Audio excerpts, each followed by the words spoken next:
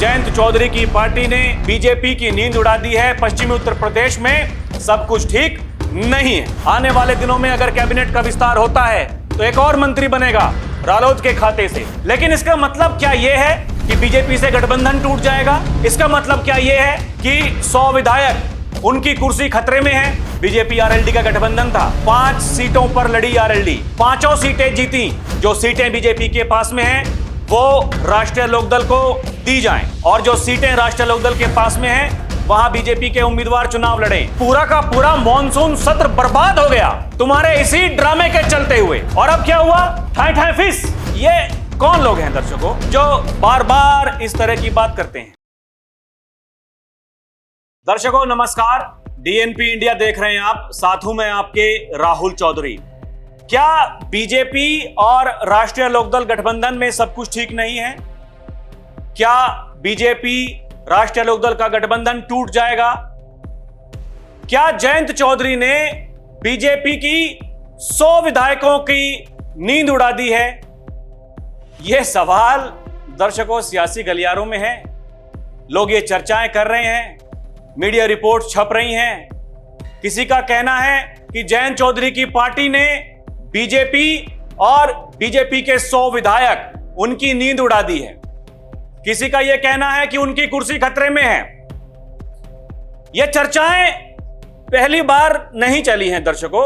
मैं अक्सर यह कहता हूं कि ये 15 से 20 दिनों में ऐसी खबरें आती हैं, खबरें चलाई जाती हैं और यह गुमराह करने का एक तरीका बन गया है। 2024 के लोकसभा चुनाव के बाद से जब नतीजे आए तो जयंत चौधरी केंद्र सरकार में मंत्री बने। उससे आप एक बात को समझिएगा कि जयंत चौधरी केंद्र सरकार में मंत्री हैं। इसके अलावा जो योगी सरकार है वहां भी राष्ट्रीय लोकदल के कोटे से एक मंत्री हैं, अनिल कुमार जी। खबरें हैं कि योगी सरकार का विस्तार होगा, कैबिनेट का विस्तार होगा तो रालोद के खाते से एक और मंत्री बनाया जा सकता है। एक तरफ तो यह खबरें चलती हैं और एक तरफ ऐसी खबरें चलती हैं कि राष्ट्रीय लोकदल पार्टी ने, जयंत चौधरी की पार्टी ने बीजेपी की नींद उड़ा दी है। पश्चिमी उत्तर प्रदेश में सब कुछ ठीक नहीं है। और दर्शकों यहां गौर करने वाली बात यह है कि अब ये जो खबरें चली हैं ये किस लिए चली हैं? ये देखिए मीडिया रिपोर्ट्स में जो छप रहा है, पश्चिमी यूपी में सियासी खींचतान, सहयोगी आरएलडी की बढ़ती सक्रियता से बीजेपी विधायकों की नींद उड़ गई। देखिए ना, कोई कह रहा है जयंत चौधरी ने बीजेपी को दिया अल्टीमेटम, योगी के 100 विधायक की कुर्सी खतरे में। 100 विधायक, उनकी कुर्सी खतरे में है। अरे भाई, पश्चिमी उत्तर प्रदेश की पार्टी राष्ट्रीय लोकदल वो अपनी तैयारी नहीं करेगी क्या? या फिर बीजेपी पार्टी है तो वो अपनी तैयारी नहीं करेगी क्या? लेकिन ये खबरें, ये देखिए ये छपी हैं, इसमें बकायदा लिखा भी हुआ है कि जयंत चौधरी केंद्र सरकार में मंत्री हैं, अनिल कुमार उत्तर प्रदेश सरकार में मंत्री हैं। और जैसे कि मैंने आपको बताया कि ये खबरें भी हैं, आने वाले दिनों में अगर कैबिनेट का विस्तार होता है तो एक और मंत्री बनेगा रालोद के खाते से। लेकिन खबरें ये छप रही हैं। इसके अलावा देखिए, एक यूपी पंचायत चुनाव 2026, आरएलडी ने बनाई कमेटी, अकेले चुनाव लड़ने का किया ऐलान। अकेले चुनाव लड़ने का ऐलान कर दिया राष्ट्रीय लोकदल ने। अब कोई इनसे पूछे कि ये जो पंचायत चुनाव होता है, क्या इसमें किसी पार्टी का चुनाव चिन्ह होता है? राष्ट्रीय लोकदल इससे पहले 2021 में भी अकेले लड़ी थी। यह लोकल बॉडी का चुनाव होता है।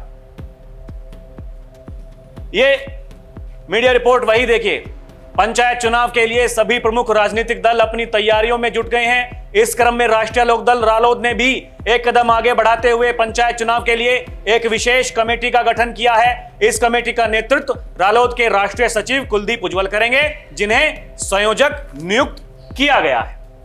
ये खबरें हैं, ये वही देखिए, पंचायत चुनाव के लिए राष्ट्रीय लोकदल तैयार, जल्द होगा मंडल स्तरीय सम्मेलन। राष्ट्रीय लोकदल ने पंचायत चुनाव लड़ने की तैयारी शुरू कर दी है। पार्टी सितंबर से मंडल स्तरीय सम्मेलन करेगी। रालोद एनडीए के साथ गठबंधन में है, फिर भी अकेले चुनाव लड़ने की तैयारी से, यानी तैयारी हो रही है, यह तैयारी हो रही है चुनाव लड़ने की। और यही जो कमेटी बनाई गई है, कुलदीप उज्ज्वल जो राष्ट्रीय सचिव हैं उन्हें संयोजक बनाया गया है। ये जो 6 सदस्यों की टीम वो ये काम करेगी, सम्मेलन जो करेगी वो भी ये करेगी। और ये बताया जा रहा है कि जो प्रत्याशी होंगे उनका चयन भी ये कमेटी करेगी, लोगों से बातचीत करेगी और ये तय करेगी कि भाई साहब बताइए कौन लोकप्रिय उम्मीदवार हो सकता है। इसके अलावा राष्ट्रीय लोकदल देखिए लगातार अपना संगठन बढ़ा रहा है, केवल पश्चिमी यूपी में ही नहीं बल्कि जो दूसरे राज्य हैं वहां भी पार्टी का विस्तार किया जा रहा है। लेकिन इसका मतलब क्या यह है कि बीजेपी से गठबंधन टूट जाएगा? इसका मतलब क्या यह है कि 100 विधायक उनकी कुर्सी खतरे में है? ये कौन लोग हैं दर्शकों जो बार बार इस तरह की बात करते हैं? अब तर्क क्या दिया जा रहा है? तर्क यह दिया जा रहा है कि 100 विधायक बीजेपी के हैं जिनकी छवि खराब है और राष्ट्रीय लोकदल अपनी सक्रियता बढ़ा रही है। तो कल को जब आमने सामने बैठेंगे, जयंत चौधरी कहेंगे कि देखिए भाई साहब आपके विधायक हैं, ये तो काम करते नहीं, हम काम करेंगे, हमें दीजिए टिकट, हमें दीजिए ये सीट। ये बातें हो रही, ये बताया जा रहा है। ये देखिए दर्शकों, ये 2021 की रिपोर्ट है। 2021 पंचायत चुनाव जब होने वाले थे, रालोद अकेले दम पर पंचायत चुनाव लड़ेगी। इसमें साफ साफ ये लिखा हुआ है, पंचायत चुनाव अकेले दम पर ही लड़े जाते हैं, समर्थन होता है, चुनाव चिन्ह किसी का नहीं होता। अब ये कौन समझाए, किसको समझाए, कैसे समझाए, भाई ये भी सवाल है। और देखिए जो 2021 का पंचायत चुनाव जब हुआ था दर्शकों, उससे पहले आपको याद होगा 2019 के लोकसभा चुनाव में समाजवादी पार्टी, बहुजन समाज पार्टी, राष्ट्रीय लोकदल, इन तीनों का गठबंधन था। उसके बावजूद 2021 में राष्ट्रीय लोकदल कहा कि अकेले चुनाव मैदान में उतरेगी, उतरी। 2022 का विधानसभा चुनाव हुआ, विधानसभा के चुनाव में समाजवादी पार्टी से गठबंधन किया, चुनाव लड़ा, कितनी सीटें आई, गठबंधन का कितना असर हुआ? 2022 में सपा और आरएलडी का गठबंधन हुआ, फेल। ये मीडिया रिपोर्ट में छपा हुआ है, मैं अपने मन से नहीं कह रहा हूं। जानिए यूपी चुनाव में जयंत चौधरी की पार्टी को कितनी सीटें मिली? कितनी मिली? 33 में से 8 सीटें मिली। बकायदा ये लिखा हुआ है, देखिए, सपा की सहयोगी राष्ट्रीय लोकदल 8 सीटों पर जीत हासिल उसने की। गौरतलब है कि जयंत चौधरी के नेतृत्व वाले राष्ट्रीय लोकदल ने सपा के साथ गठबंधन किया था, जिसके बाद आरएलडी ने 33 सीटों पर प्रत्याशी उतारे। चुनाव के दौरान कहा जा रहा था जयंत और अखिलेश की जोड़ी कमाल कर सकती है। चुनाव प्रचार के दौरान भी इस जोड़ी ने एक साथ रैलियां और रोड शो किए, लेकिन अखिलेश और जयंत जनता के दिल में जगह नहीं बना सके, जगह नहीं बनी। उसके बाद में क्या हुआ? 2024 के लोकसभा चुनाव से पहले जयंत चौधरी ने बीजेपी के साथ गठबंधन किया। जब बीजेपी के साथ गठबंधन हुआ तो 2 सीटें मिली, दोनों जीती। उससे पहले 2009 के लोकसभा चुनाव में बीजेपी आरएलडी का गठबंधन था, 5 सीटों पर लड़ी आरएलडी, 5 सीटें जीती। 2014 के लोकसभा चुनाव में सारी सीटें हारी। खुद अजीत सिंह जी, जयंत चौधरी दोनों चुनाव हारे। 2019 के लोकसभा चुनाव में दोनों चुनाव हारे। फिर 2024 के लोकसभा चुनाव में जब बीजेपी से गठबंधन हुआ तब जाकर के 2 सांसद बने। अब यह विवाद का कारण क्या है दर्शकों? ये पिछले कुछ दिनों से जो चल रहा है, गन्ना मंत्री जो हैं, देखिए उन्होंने जब बताया था आरएलडी पार्टी को पनौती, उसके बाद में ये मामला गरमाया था और ये उत्तर प्रदेश में गन्ना विकास मंत्री लक्ष्मी नारायण ने रालोद को पनौती बताकर राजनीतिक विवाद खड़ा कर दिया। उन्होंने लोकसभा चुनाव में बीजेपी की कम सीटों के लिए रालोद से गठबंधन को जिम्मेदार, रालोद गठबंधन को ठहराया। जवाब में रालोद नेताओं ने मंत्री को पद से हटाने की मांग की और उन्हें गठबंधन धर्म भूलने वाला बताया। विवाद की जड़ छाता विधानसभा सीट को लेकर है। यानी कहीं ना कहीं तो वो बात है, यानी जो विधायक, जो मंत्री काम नहीं कर पा रहे हैं, उनका अच्छा प्रदर्शन नहीं है, संभावनाएं हैं कि उनको हटाया जाएगा। जो मंत्री हैं उनको हटाया जा सकता है, फिर 2027 में टिकट का बंटवारा भी होगा। वो यही देखकर होगा किसने काम किया है, किसने काम नहीं किया है। ऐसा भी हो सकता है जो सीटें बीजेपी के पास में हैं वो राष्ट्रीय लोकदल को दी जाएं, और जो सीटें राष्ट्रीय लोकदल के पास में हैं वहां बीजेपी के उम्मीदवार चुनाव लड़ें। गठबंधन में यही होता है, इसमें कोई किंतु परंतु है नहीं। लेकिन ये जो मामला जो गरमा रहा है दर्शकों, ये जब से जो गन्ना मंत्री जी हैं उन्होंने ये बयान दिया, रालोद को पनौती बताया, और उसके बाद में देखिए ये शिकायत योगी आदित्यनाथ तक पहुंची, और जो संगठन है बीजेपी का ये वहां भी शिकायत पहुंची। उसके बाद में जो प्रदेश अध्यक्ष हैं भूपेंद्र चौधरी वो मीडिया के सामने आए, उन्होंने ये कहा कि ये मंत्री जी का व्यक्तिगत विचार है, पार्टी का इससे कोई मतलब नहीं है। तो ये चीजें क्लियर हो जानी चाहिए थी, लेकिन नहीं हुई। उसके बाद दर्शकों ये भी देखिए बड़ा जरूरी है जानना कि पार्टी के नेता राष्ट्रीय लोकदल के रोहित अग्रवाल, उन्होंने बाकायदा देखिए ये ट्वीट करते हुए उस समय लिखा था कि राष्ट्रीय लोकदल से राजनीति का का खा गा घा सीखने वाले फिर कांग्रेस बीएसपी होते हुए बीजेपी में मंत्री बन गए। राष्ट्रीय लोकदल गन्ना किसानों के लिए समर्पित और आवाज उठाने वाला दल है। माननीय मुख्यमंत्री जी से राष्ट्रीय लोकदल के विधायक मंत्री जी ने व्यक्तिगत मुलाकात करके गन्ना किसानों का रेट 400 पार करने का निवेदन किया, लेकिन वो नहीं कर पाए। उनकी उम्र 75 वर्ष हो गई है, और क्योंकि उन्हें डर है कि उन्हें हटाया जा सकता है, इसीलिए वो ऐसी बात कर रहे हैं। और देखिए उसके तुरंत बाद जितने भी जनप्रतिनिधि हैं, राष्ट्रीय लोकदल के सांसद, विधायक, विधान परिषद के सदस्य, वो जाकर के योगी आदित्यनाथ से मुलाकात करते हैं। संगठन मंत्री हैं, उनसे जाकर के मुलाकात करते हैं। मैंने बताया ना आपको, तभी तो जो भूपेंद्र चौधरी हैं उन्होंने बयान जारी किया कि ये उनका व्यक्तिगत मामला है, पार्टी का इससे कोई मतलब है नहीं। दर्शकों ये समझना बड़ा आवश्यक है, राष्ट्रीय लोकदल और बीजेपी का गठबंधन जब से हुआ है उसके बाद में कैसे कैसे मौके आए हैं और क्या क्या हुआ है। आपको याद होगा महाकुंभ चल रहा था और योगी आदित्यनाथ उत्तर प्रदेश के मुख्यमंत्री वो काफी व्यस्त थे क्योंकि वो डायरेक्ट उसको मॉनिटर कर रहे थे। लेकिन चौधरी अजीत सिंह जी की प्रतिमा का अनावरण होना था छपरौली में, और पहले वो कार्यक्रम रद्द कर दिया गया। उसके बावजूद योगी आदित्यनाथ ने कहा कि नहीं, कार्यक्रम को आप रद्द मत कीजिए, मैं आ रहा हूं। योगी आदित्यनाथ वहां पहुंचे और प्रतिमा का अनावरण उन्होंने ही किया। यह है गठबंधन। इसके अलावा आपको याद होगा दर्शकों, 2024 के लोकसभा चुनाव में 2024 के लोकसभा चुनाव में योगी आदित्यनाथ 3 बार बागपत लोकसभा सीट पर डॉक्टर राजकुमार सांगवान जो उम्मीदवार थे उनका चुनाव प्रचार करने के लिए गए थे। अब कोई पूछे क्यों गए थे? और वही राजकुमार सांगवान वो पता नहीं उसके बाद में कितनी बार योगी आदित्यनाथ से मुलाकात कर चुके हैं। जो उनके क्षेत्र की समस्याएं हैं, जो दिक्कतें हैं, वो बताई जाती हैं जाकर के।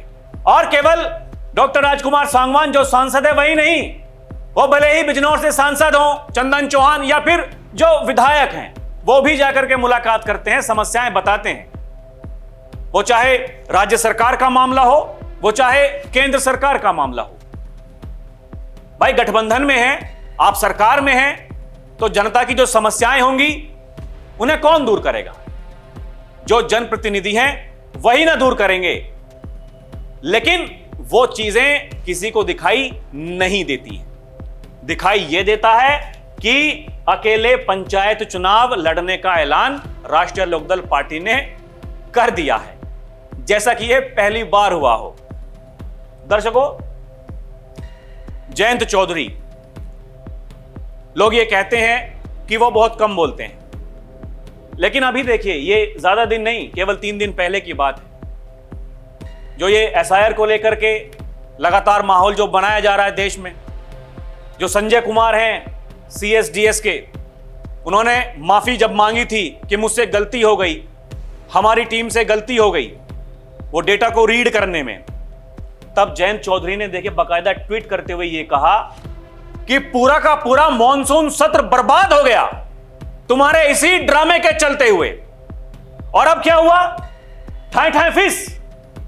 ये जयंत चौधरी का ट्वीट है। वो गठबंधन तोड़ेंगे तो इस तरह के ट्वीट करेंगे, ऐसी भाषा का इस्तेमाल करेंगे। वो कह रहे हैं कि इन विपक्षी सांसदों ने बर्बाद कर दिया पूरा का पूरा मॉनसून सत्र। और इसके अलावा देखिए, उपराष्ट्रपति पद का चुनाव होना, जो एनडीए के कैंडिडेट हैं CP राधाकृष्णन जी, उनका समर्थन कर रहे हैं जयंत चौधरी। ये तस्वीर आप देख रहे हैं। वो कह रहे हैं कि भाई हम एनडीए के घटक दल हैं, हम समर्थन करते हैं। समर्थन जयंत चौधरी कर रहे हैं, विपक्षी जो सांसद हैं उनके ऊपर कटाक्ष कर रहे हैं, और पार्टी के नेता जनप्रतिनिधि वो लगातार, भले ही वो सूबे के मुखिया योगी आदित्यनाथ हों या फिर जैसा कि मैंने कहा कि जो केंद्र सरकार में मंत्री हैं, बड़े नेता हैं, उनसे मुलाकात करते हैं, लगातार कर रहे हैं। अब भी कुछ ही देर पहले तस्वीरें आई, लेकिन कुछ समझ नहीं आ रहा है। बार बार ये खबरें, हर 15 दिन के बाद ये मीडिया में ये खबरें, ये देखिए ये टूटने वाला है गठबंधन, ये देखिए एक नई मुसीबत खड़ी कर दी है, ये देखिए ये क्या कह दिया, ये देखिए ये क्या बोल दिया। ये जैसा कि जो अध्यक्ष हैं बीजेपी के, वो कह रहे हैं कि भाई उनका व्यक्तिगत मामला है, अब पता नहीं किसको क्या दिक्कत है। शायद किसी को ये पता चल गया है कि हमारी जो मंत्री जी वाली कुर्सी है भाई खतरा मंडरा रहा है, शायद उन्हें पता चल गया, इसलिए वो ऐसी भाषा का इस्तेमाल कर रहे हैं। ये सवाल है कि आखिर कब तक चलता रहेगा। अब कुछ लोग ये भी बोलेंगे कि देखिए ये जानबूझकर ऐसा सब कुछ किया जाता है, लेकिन कुछ तो सोचने समझने की शक्ति होगी कि नहीं होगी। हम जो कर रहे हैं, हम जो कह रहे हैं, क्या हमें कुछ दिखाई नहीं दे रहा है? और ये कोई नई बात नहीं है दर्शकों। ये जैसे कि मैंने कहा कि ये 2024 के लोकसभा चुनाव के नतीजों के बाद ही ये सिलसिला शुरू हो गया था। कभी कुछ कभी कुछ।